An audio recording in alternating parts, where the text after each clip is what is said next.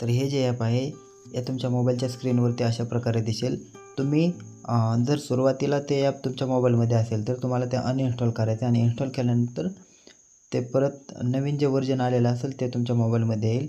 तर हे तुमच्या मोबाईलमध्ये आल्यानंतर याच्यावरती क्लिक करायचं आहे. यानंतर तुम्हाला याच्यामध्ये तुमचा मोबाईल नंबर टाकायचा आहे.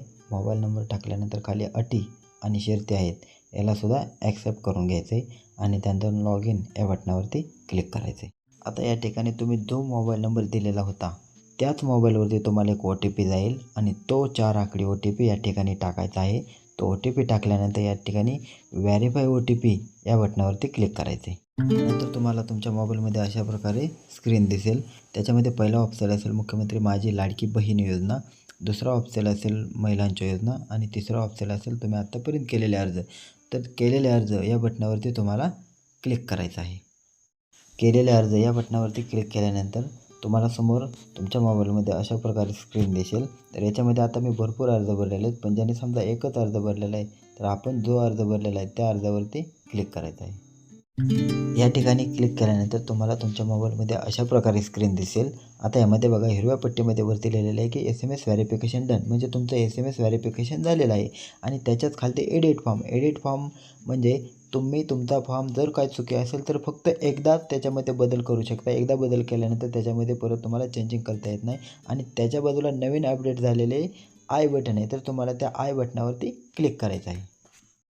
या ठिकाणी क्लिक केल्यानंतर तुम्हाला पहिला ऑप्शन हा येईल की प्रलंबित ते सबमिट केलेले, म्हणजे सर्वेक्षण भरलेले आहे परंतु अद्याप पुनरावलोकनासाठी सबमिट केलेलं नाही, म्हणजे अंतिम सबमिशनसाठी हे प्रलंबित आहे.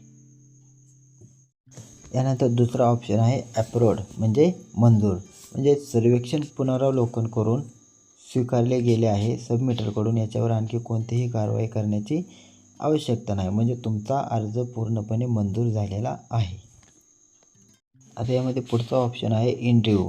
याच्यामध्ये सर्वेक्षण सध्या पुनरावलोकनकर्त्याद्वारे मूल्यांकन केले जात आहे. सबमिटर फीडबॅक किंवा मंजुरीची वाट पाहत आहे. तर त्याच्यामध्ये तुम्हाला तिथं ऑप्शन इन रिव्ह्यू दिसेल, म्हणजे तुमचा अर्ज मंजुरीची वाट पाहत आहे. पुढचा ऑप्शन आहे रिजेक्टेड किंवा अर्ज नामंजूर होणे किंवा अर्ज नाकारणे.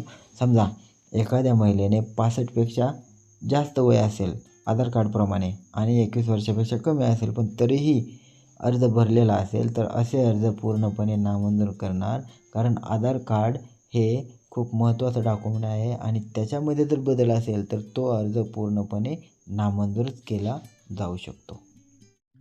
त्यानंतर शेवटचा ऑप्शन आहे डिसअप्रूव्ह, अस्वीकृत करणे. तर याच्यामध्ये तुम्हाला अर्ज जर काय तुमचं एखादं डॉक्युमेंट त्यांना वाटलं की एखादं डॉक्युमेंट यांचं कमी आहे तर ते डॉक्युमेंट तुम्हाला अर्जामध्ये एडिट करून ते पुन्हा सबमिट करण्याचा ऑप्शन दिला जाऊ शकतो. यामध्ये सबमिट केल्यानंतर तुमचा अर्ज पुन्हा मंजूरही होऊ शकतो.